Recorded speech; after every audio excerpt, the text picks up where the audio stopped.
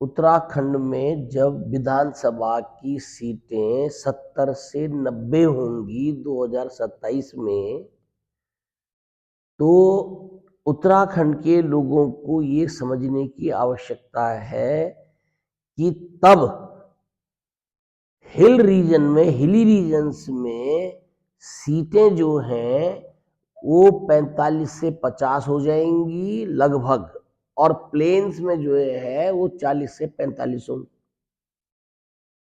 ये वीडियो में पर्टिकुलरली उत्तराखंड के हिली रीजन्स में जो लोग रह रहे हैं या जिन्होंने उत्तराखंड को आत्मसात किया है, जिन्होंने उत्तराखंड बनाने के लिए सक्रिय रूप से आंदोलन में भाग लिया है, बहुतों ने अपनी नौकरियां छोड़ी हैं, बहुत लोगों ने डंडे खाए हैं, जेल गए हैं, गोलियां खाई हैं, बेइज्जती सही है, ये सोच करके कि उत्तर प्रदेश से उत्तराखंड जो है जब अलग होगा तो एक बिल्कुल स्वर्णिम और सुंदर राज्य बनेगा।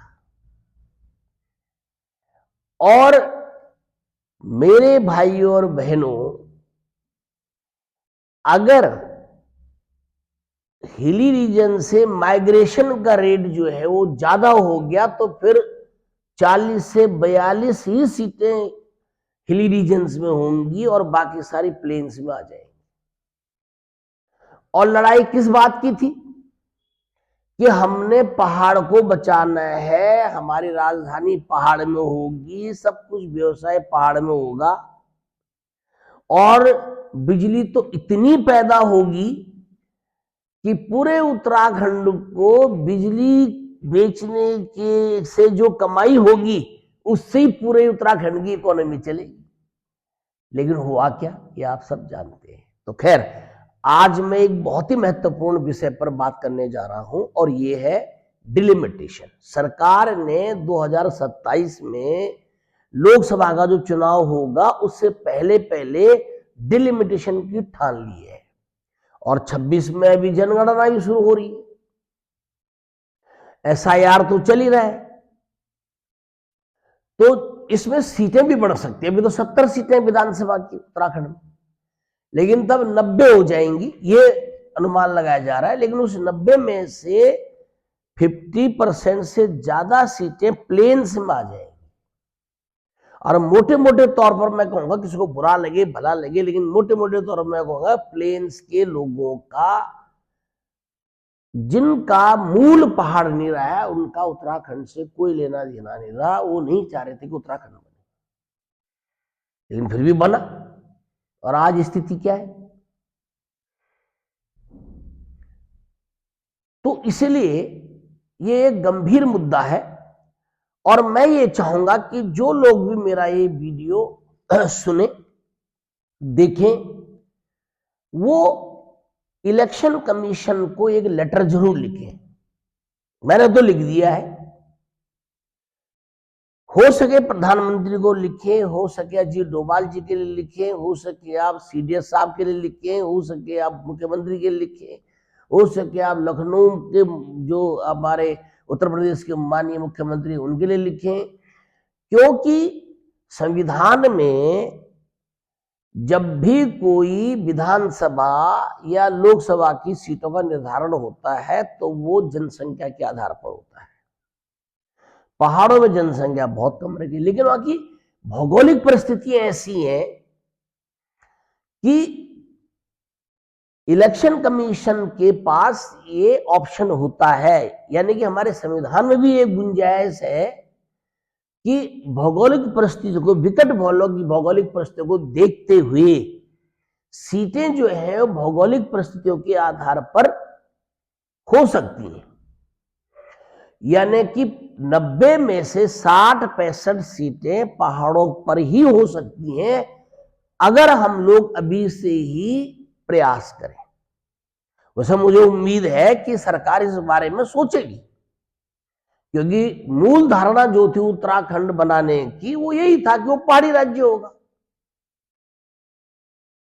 तो इसलिए सभी को पत्र लिखना है, कमेंट भी करिए जो लोग मेरा ये वीडियो देखेंगे। लेकिन ये बहुत ही महत्वपूर्ण विषय है कि आप रिप्रेजेंटेशन खो देंगे अगर आप समय से जागे नहीं। मतलब हम नहीं जागे समय से, मैं भी उसमें सम्मिलित हूं। और आप देखिए नेपाल तो पूरा पहाड़ी राज्य है, थोड़ा मध्यदेशी है वहां पर, जो प्लेन्स वाला इलाका उसमें ज्यादातर भारतीय मूल के लोग जो नेपाली नागरिक बन गए वो रहते हैं। पर उन्होंने भौगोलिक परिस्थिति के आधार पर रिप्रेजेंटेशन किया, वहां आंदोलन भी हो रहे थे कि नहीं नहीं जनसंख्या के आधार पर करो, ये करो। तो नेपाल क्यों करेगा ऐसे?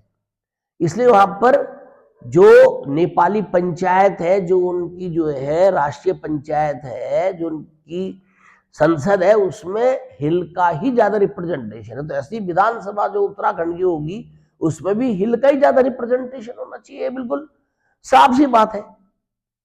लेकिन इसके लिए जब प्रयास होंगे और सीरियसली जब इसके लिए प्रयास किए जाएंगे तभी ये संभव होगा। यानी कि ऐसा प्रावधान है।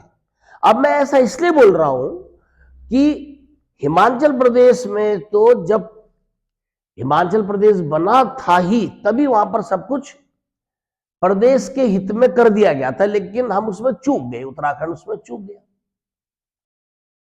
और अगर आप करें कि हिली राज्य जो है वो नॉर्थ ईस्टर्न इलाके के ज्यादातर हिली राज्य हैं, वहां पर चाहे आप नागालैंड चले जाओ, चाहे मिजोरम चले जाओ, चाहे त्रिपुरा चले जाओ, चाहे मेघालय चले जाओ, वहां पर सभी प्रकार के एक जैसे ही लोग हैं। तो वहां ये बहुत ज्यादा फर्क नहीं पड़ता है कि आपने जनसंख्या के आधार पर रिप्रेजेंटेशन किया है या भौगोलिक परिस्थितियों को देख करके आपने रिप्रेजेंटेशन किया। लेकिन वहां पर भी ऐसा हुआ है कि भौगोलिक परिस्थितियों को देख करके जो है वो विधानसभा की सीटें तय की गई।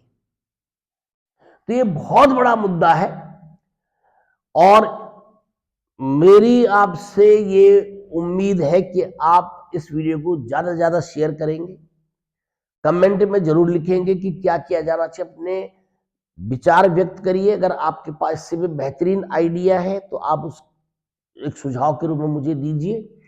लेकिन मैंने ये मुद्दा आज नहीं, आज से 10-15 साल पहले उठा लिया था। मेरा वीडियो जो है यूट्यूब पर पड़ा हुआ है, मैंने बहुत पहले उसको डाल दिया था।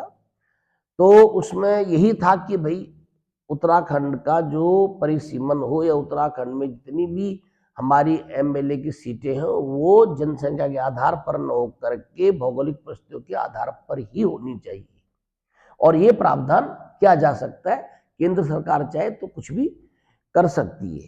तो आज तो मैं खैर आपको इतना ही बता रहा हूं, फिर मैं ये इसका एक विस्तृत वर्णन करूंगा कि कैसे कैसे हो सकता है, किन किन परिस्थितियों में हो सकता है, हम लोगों को करना क्या है। क्योंकि सड़क पर आंदोलन करना आपने देख लिया है, कोई बहुत ज्यादा उसका फल नहीं मिलने वाला। लेकिन अगर हम बहुत संजीदा के साथ इस विषय को रखेंगे सब लोग मिल करके तो ऐसा जरूर होगा। बहुत बहुत धन्यवाद।